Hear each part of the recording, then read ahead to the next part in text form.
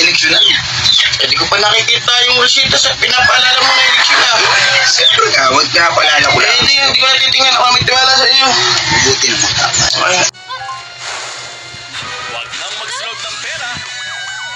Transfer funds with Union Bank.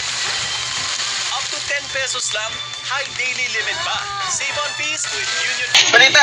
Salamat. Nanahuli mo mga dito. Dali, tayo ituturo sa inyo. Tayo mag-inom eh. May pera ka ba? Wala naman. Ay, pare may kilala akong taong madaling lapitan. Hindi ako makalapit. Ako'y gisgis na gamit na yung mga alibay ko. Sino ba yan? Akong bahala. Nakalapit ka na ba kay Kawad? Doon, kay Kawad, sa may papasok. Ay, hindi pa. Saan ka nakakalapit doon? Dito. Ano mo natin dapat natin gawin? Eh, pare, may reseta ako dito. Ito yung reseta ay kumbaga pang-tracks mo lang. Pero hanggat maaari, ay huwag mababasa at pagkaiba tayo ng apelido. Ito yung mga mamahaling gamot. Eh ngayon, ganito ang gagawin mo. Ito yung diskartehan at subok na yun. Okay, napakalambot lapitan. Ay, kumbaga yan, pare. Pare, bagay kung uli sa yung reseta, ang sasabihin mo, bago mo iabot yung reseta, ay andun, pagkaabutin na niya, pag kukunin na niya, ang diskarte niya na, paalala mo, Kawad, lapit ng eleksyon. Hindi nila tatanggap yung reseta. Ay, ni. Hindi ko kagad yun.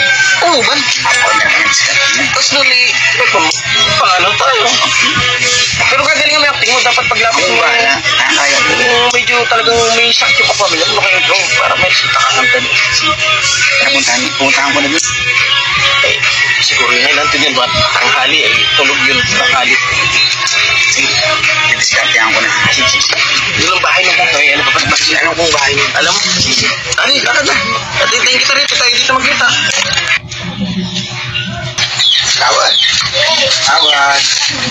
Kawad. Oo. Uy, magandang tanghali, Kawad. Kapag tulog mo, Ay, yes, sir. Sige, ano ba yung sa atin? Yan pala, doon sa atin. Ako muna, abo. hingi sana ako, Kawad, ng kunting tulong. Ano ba yung hingi mo tulong? Ay, pambili lang ng gamot, Kawad. Kahit umalak siya ito. Ay, ano ba ito? Ay, Kasi ito yan. Ay, Kawad, malapit na pala ang eleksyon na.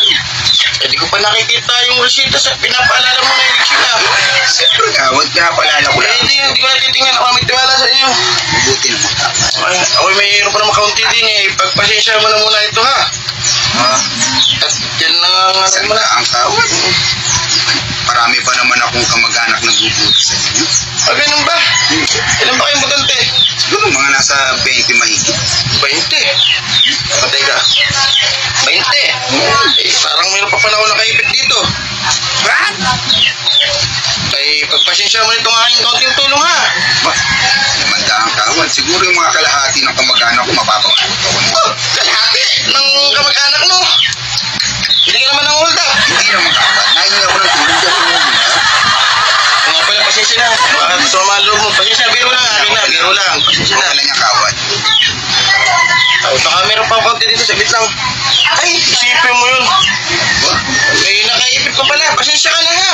Walang problema, Kawad. Saktong-sakto na ako. Kang mag-alala sa eleksyon. Nasa yung pamilya ko. Eh, hindi. Ako na may kahit naman hindi libo doon. Kung makatulong lang sa inyo. Kaya na, kaya gusto kong lapitan, Kawad. Mabilis kang kausap. Hindi nga. Hindi na ako ng gamot dito, Kawad. Ay, sige. Kumbaga, ibili mo na agad ng gamot. Kayo ba sa iyo, sa magulang mo? Sa akin, tsaka sa nangyayari. Sa inyong dalawa. Yung mga sakit ko lang. Sige, umalis ka na muna. Baka kung mahawaan mo pala kung ano masakit na meron ka. Sige, maraming salamat. Asahan mo ko, Kawad. Oh, sige. Nakasaan ko. Sige, tutulog na muna ulit ako. Sige, Kawad. Ingat. A few moments later. Mami! Kaya ang ulam! Ulam, Oh. Ano to? Ano? Ito! Ito! Toyo! Yan!